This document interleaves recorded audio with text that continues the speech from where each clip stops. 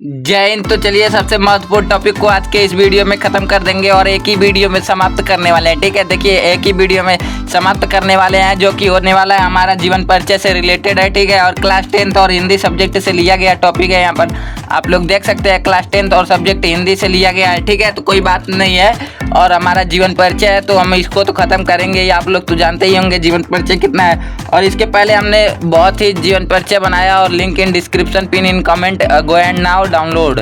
ठीक है, जो भी कर सकते हैं। ठीक है, और क्लास 10th हिंदी है और क्लास 10th हिंदी है। ठीक है, तो जीवन परिचय और एक ही वीडियो में समाप्त होने वाला है और 5 मार्क्स का बोर्ड एग्जाम में आता है। ठीक है, यहाँ पर बोर्ड एग्जाम भी हमने लिख लिया है। ठीक है, बोर्ड एग्जाम भी हमने लिख दिया। ठीक है, और 5 नंबर का आता है, मतलब वेरी इंपॉर्टेंट क्वेश्चन है तो आप लोग समझ सकते हैं। ठीक है, तो हम बिना टाइम, मतलब आप लोग तो जानते ही होंगे कि लाइक शेयर सब्सक्राइब वाला हम कहते नहीं है। ठीक है, आपको जो मन करे सो करे, जो मन करे सो प्राण दे, जो मन करे सो प्राण ले। ठीक है, तो बकवास नहीं करते हैं। ठीक है, तो चलिए सबसे पहले मतलब जीवन परिचय देखते हैं। ठीक है, तो जीवन परिचय में यहाँ पर हम लोग बढ़िया हेडिंग डाल देते हैं। ठीक है, क्योंकि हेडिंग ही तो काम करता है अपना। ठीक है, तो भगवत सरल उपाध्याय का जन्म सन 1910 ईस्वी में बलिया जिले के, समझ लीजिए, जिले के उजियारपुर नामक ग्राम में हुआ था। बलिया जिला कहाँ पर है जी? उत्तर प्रदेश में है। यहाँ पर हमने डाल दिया है। ठीक है, भगवत सरल उपाध्याय जी का जन्म सन 1910 ईस्वी में बलिया के उत्तर प्रदेश जिले के उजियारपुर नामक ग्राम में हुआ था। ठीक है, इनकी प्रारंभिक शिक्षा अपने ग्राम में उच्च शिक्षा प्राप्ति के लिए बनारस आए। ठीक है, तो भगवत सरल उपाध्याय जी का जन्म 1910 ईस्वी में बलिया के उत्तर प्रदेश जिले के उजियारपुर नामक ग्राम में हुआ था। या तो आप इस तरह भी लिख सकते हैं। ठीक है, भगवत सरल उपाध्याय जी का जन्म 1910 ईस्वी में उत्तर प्रदेश के बलिया नामक जिले के उजियारपुर नामक ग्राम में हुआ था। इनकी प्रारंभिक शिक्षा अपने ग्राम में हुई उच्च शिक्षा प्राप्ति के लिए बनारस आए। ठीक है, और जो भगवत सरल उपाध्याय जी हैं वो उच्च शिक्षा प्राप्ति के लिए कहाँ पर आए? बनारस एक शहर है, आपको पता होगा। और काशी हिंदू विश्वविद्यालय से प्राचीन इतिहास में एमए की परीक्षा उत्तीर्ण की। देखिए कितना महान थे। ठीक है, उच्च शिक्षा प्राप्ति के लिए बनारस है और काशी हिंदू विश्वविद्यालय से प्राचीन इतिहास में एमए की परीक्षा उत्तीर्ण की। ठीक है, बीए के बाद एमए होता है। ठीक है, ये संस्कृत साहित्य और पुरातत्व के अध्येता तथा हिंदी साहित्य के नायक मतलब हीरो थे। मतलब समझ लीजिए पढ़ने में 1 नंबर के आदमी थे और हीरो टाइप से लगते थे। ठीक है, मतलब पढ़ने में हीरो लगते थे।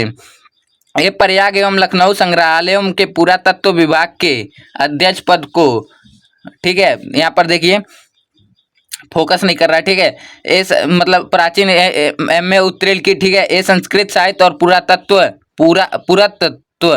जो समझ लीजिए, ठीक है, के अध्येता तथा हिंदी साहित्य के नायक रहे हैं। ठीक है, ये प्रयाग एवं लखनऊ संग्रहालयों के पुरातत्व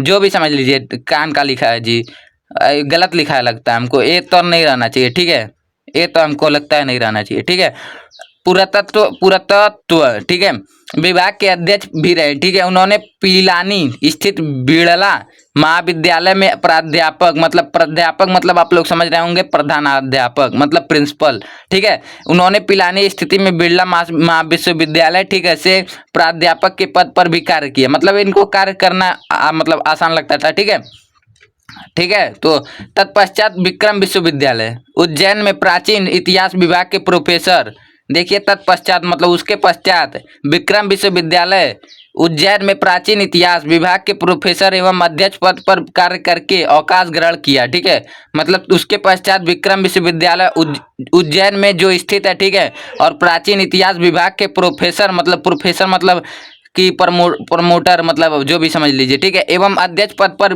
कार्य करके अवकाश ग्रहण किया। ठीक है, मतलब कार्य कर लिए उसके बाद मतलब छुट्टी, अवकाश का मतलब छुट्टी होता है। ठीक है, छुट्टी मतलब हॉलीडे। ठीक है, जो भी समझ लिए। अगर आपको समझ नहीं आ रहा है तो एक वीडियो और बना देंगे। ठीक है, और देहरादून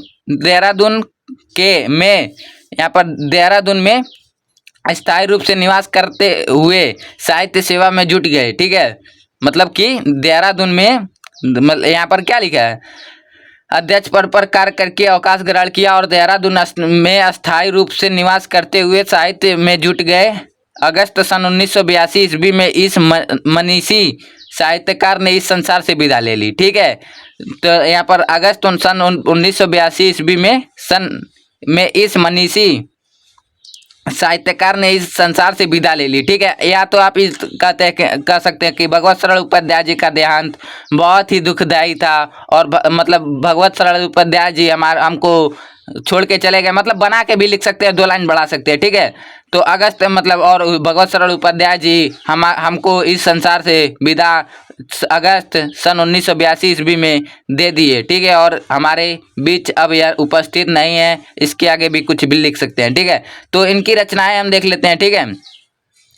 ठीक है, रचनाएं हम देख लेते हैं। ठीक है, तो रचनाएं में देखिए उपाध्याय जी ने हिंदी में तो विपुल साहित्य की रचना की है। ठीक है, विपुल मतलब बहुत से पुल की। ठीक है, किंतु अंग्रेजी भाषा में भी इनकी कुछ एक रचनाएं प्रसिद्ध हैं। ठीक है, कुछ एक प्रसिद्ध रचनाएं हैं। ठीक है, इनकी उल्लेखनीय रचनाएं निम्न है। ठीक है, उपाध्याय जी ने हिंदी में तो विपुल साहित्य की रचना की है, किंतु अंग्रेजी भाषा में भी इनकी कुछ एक प्रसिद्ध रचनाएं हैं।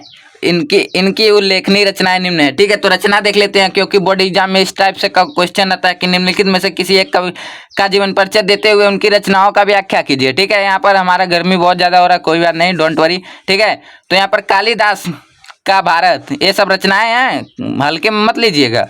ठूठा आम बहुत ही इंपॉर्टेंट रचना है। ठीक है, ये अक्सर बोर्ड एग्जाम में आ जाता है कि ठूठा आम किसकी रचना है, या तो आ जाएगा कि मतलब ठूठा आम किसकी रचना है, या तो आ जाएगा कि भगवत सरल उपाध्याय द्वारा रचित रचना है। ठीक है, तो उसमें ठूठा आम भी दिया रहता है, कोई कादम्बरी और चितंबरा ऐसे कुछ दे देगा। ठीक है, मतलब इसमें से ही बोलते हैं पर उसमें से एक दिया रहेगा। ठीक है, तो जो पढ़ा रहेगा वही मारेगा ना। तो ठीक है, कालिदास का भारत, कादम्बरी, ठूठा आम, विश्व साहित्य की रूपरेखा, लालचीन कोई है, लालचीन समझ लीजिए। ठीक है, लालचीन कोई बहू है।